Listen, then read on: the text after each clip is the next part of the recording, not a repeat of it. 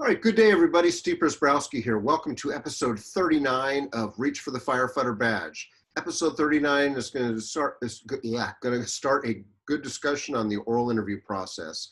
Episode 39 will deal with the fire department oral interviews, the basics. The next handful of episodes will discuss firefighter oral interviews because I think they're honestly the most important part of the hiring process that you need to focus on, because in most departments, it's 100% of your score and you're ranking on the eligibility list. So let's get going. As a reminder, my two websites, code3firetraining.com and chabotfire.com, have lots of great free information on there to help you be the best candidate you can be. These webinars are based on two of the three books I've had published, Future Firefighters Preparation Guide, as well as Reach for the Firefighter Badge, both of which are available off my website. All right, let's talk a little bit about oral interviews. Most departments require the candidate to successfully pass an oral interview. I mean, pretty straightforward. Most jobs require you to pass an interview, but especially most fire departments. It's usually, as I mentioned earlier, about 100% of your final ranking score. So 70% is usually passing, but 70 doesn't get you the job. Sometimes even 80 doesn't get you the job. Very few candidates ever get 100%, but you got to strive for the 80s, if not the 90s, to be successful. And I'll try to share as many tips as I can to help you be the best you can be. Oral interviews can be as little as 8 minutes, and it could be maybe as many as 45 minutes. I've seen oral interviews, like I said, in all ranges. Typically, probably 20 to 30 minutes is about the standard. But I've also had some, like I said, when I walked in the room and they're like, you got 8 minutes and you got 4 questions. Use the time wisely. I'm like, what? It was literally 8 o'clock to 8:10. And then the next candidate came in at 8:10. And then at 8:20, the next candidate, and at 8:30. So you had 8 minutes in there to quickly, boom, boom, boom, answer 4 questions. And then less than 2 minutes for the raters to be able to quickly score you, go to the bathroom, and then do the next candidate. And it was like a machine, a factory the whole day long. That's not a lot of time, but that's maybe the best you got. So you better be on your best behavior and be able to convince them in that 8 minutes, or hopefully a little bit longer, that you're the best candidate for them to hire. You may have as little as 2 raters, as many as 7 raters. I've seen oral boards with, like I said, 2 up to 7. Typically, most oral boards usually only have anywhere from 2 to 4 is more common.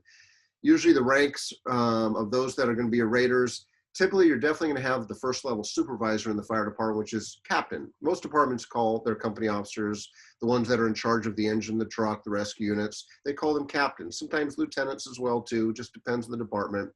But usually there's at least one company officer, because company officer is the supervisor of firefighters as well as engineers. Engineer is not a supervisory rank in most departments. That's why you usually have the captains that are going to have to supervise you and train you there to see whether or not you're going to be a good fit for their department. There also may be engineers or firefighters in the panel as well too, because they're going to have to work with you. And really, if you haven't figured it out now, really the panel is there to decide, can you join their family? Are you a good fit for their family?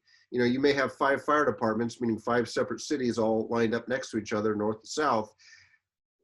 They're all very similar more than likely, but they also have their own culture. So that's not bad or good. Every department, just like every company, every organization has their own culture, sometimes slightly, sometimes drastically different. So you may think you want to be working for such and such department, but you may not be a good fit for that department. You won't know that. They're going to be the ones that figure out whether you're a good fit or not based on how you answer your questions, how you present yourself, how you come across. And that's the hard part that I have, sometimes telling candidates, is that they have their dream or their heart set out in their dream department, which is, well, the Denver Fire Department is my dream department. Okay. I mean, I know many people that set out for their dream department. They may have to take the test multiple times before they get hired. Some never get hired, but maybe you're just not a good fit for Denver. Maybe you're a better fit for Colorado Springs or a smaller department. And that's not right or wrong, but just the way it is. And you don't understand that more than likely until you're usually on the other side of the panel working for the department. And then you go, okay, now I get what they're talking about fit. As I mentioned, you may have as few as 4 questions. You may have as many as 15, but probably anywhere from maybe 7 to about 10 or so questions is probably the common number of questions within the 8 to 45 minutes. And in future episodes, I'll discuss more about what types of questions to prepare for. There are no trick questions, just questions that you didn't prepare to answer. So keep that thought in mind. We're not here to trick you. Seriously, we're here to try to find out who the best fit will be for our department. That's really all it is. Again, we don't want to trick you. So typically you get to the oral interview, you typically have to first pass the written test in most departments, and then usually pass the physical ability test. And maybe that just means showing a CPAT card that's good for 6 months, no more than 12 months in most departments, and physically passing a written test. Or you may go straight to the oral interview. It all depends on what the department feels is the most appropriate steps of the hiring process. Now, there is no one great way to find out who's going to be the best firefighter. An oral interview, which is worth usually 100%, does not tell me who the best firefighter is going to be, but it's part of the process. There really is no great way to find out who the best fit is until really they get into the academy and really they start their probationary period working at a firehouse with a group of other firefighters. That's really how to find out the best fit.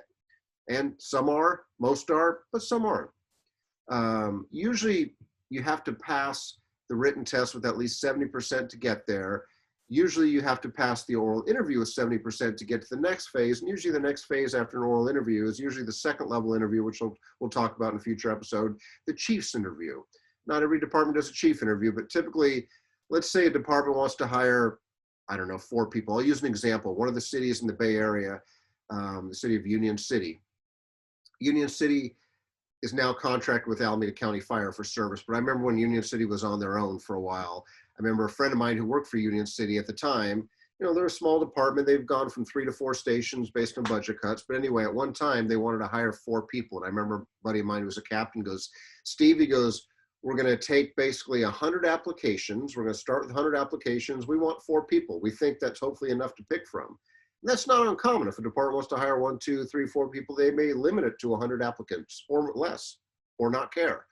Well, I remember at the end of the process, my buddy tells me, he goes, yeah, we started with 100, we got 2. And I'm like, what do you mean we started with 100 and we only got 2? He goes, because it's pretty simple math. He goes, we accepted 100 applications. By the time, I mean, we took 100 of those that were qualified. So they got 100 qualified applicants. But then by the time they started out inviting people to the written test, some were no-shows. Some didn't pass the written test. Okay, and then you got some that, so that number of 100 is starting to dwindle. Okay, then they had those that they invited to the oral interview. Again, there's usually no-shows to the oral interview. It's just very common nationwide to sometimes have 10, 20, or 30% or more no-shows. No-shows, not even calling, not even emailing, just ghosting. It's pretty weird, but don't be that person. At least call or at least email if something comes up. So maybe they can get somebody else in there. But anyway, they started with 100. By the time they got to the oral interviews, they had a lot less than 100. They took a handful, I don't know how many, but let's say they interviewed, I don't know, 80, 90 people, if even that, maybe only 70, maybe 60 people. Well, the chief's interview, they'd probably take a fraction of that. They wanted to hire 4, they may take 20 or 15 or even 10 to the chief's interview. But again, 70s don't get you the job. You got to strive for the 80s and the 90s or higher if you want to especially get to the chief's interviews. Now, the raters may or may not have your resume and application. I see it more common that a lot of departments don't allow the raters or give the raters your application and your resume. Some do. But here's the challenge. Let's think back to the previous slide where I said the city of Daly City, California, which is just south of San Francisco. They like, Steve, for my 8 o'clock appointment 20 some years ago, they're like, Steve, you got 4 questions, 8 minutes, use your time wisely. And it's like, holy crap, that's not a lot of time to sell myself. Correct.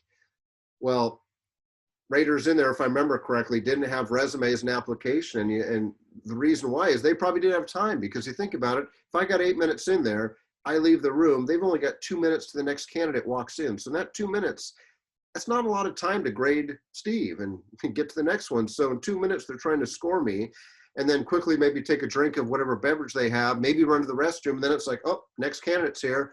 So they may not even have the time. And even if they did have my resume and application, it doesn't mean they actually had quality time to look at it, because again, a resume may be 1 page, hopefully 1 page. An application is multiple pages. That takes time to look through. So don't bank on them having your resume and your application. Your spiel, your selling of yourself, your marketing of yourself, you've got to assume they don't have your resume and application, that they've never seen it. And even if they do have it, that they haven't had a chance to digest it. Because here's the thing that a lot of people forget. If it's not written down, if it's not said, you don't get credit for it. So you could say all these great things, even if they can, on your resume, that they can see, but if you don't say it, you don't get credit for it. So assume they don't have it, and that's okay. Nothing wrong with it. And if they do, great, but your sales pitch, your answering of questions should be the same. I mentioned earlier, there are no trick questions. Seriously, we're not here to trick you. So don't think we are. I mean, it's pretty simple. We want you to do well. Trust me, back to the city, Union City, they wanted as many candidates as they could to pick from. They started, like I said, with 100, but by the time they came down to it, they only got 2 candidates. They wanted 4, they got 2, and I go, dude, how did that happen? He goes, well, by the time you take all the no-shows, the people that didn't pass, the people that got to the end, the people that we sent to background, some didn't, do well in their background, some didn't pass various phases. He goes, all we could get were 2.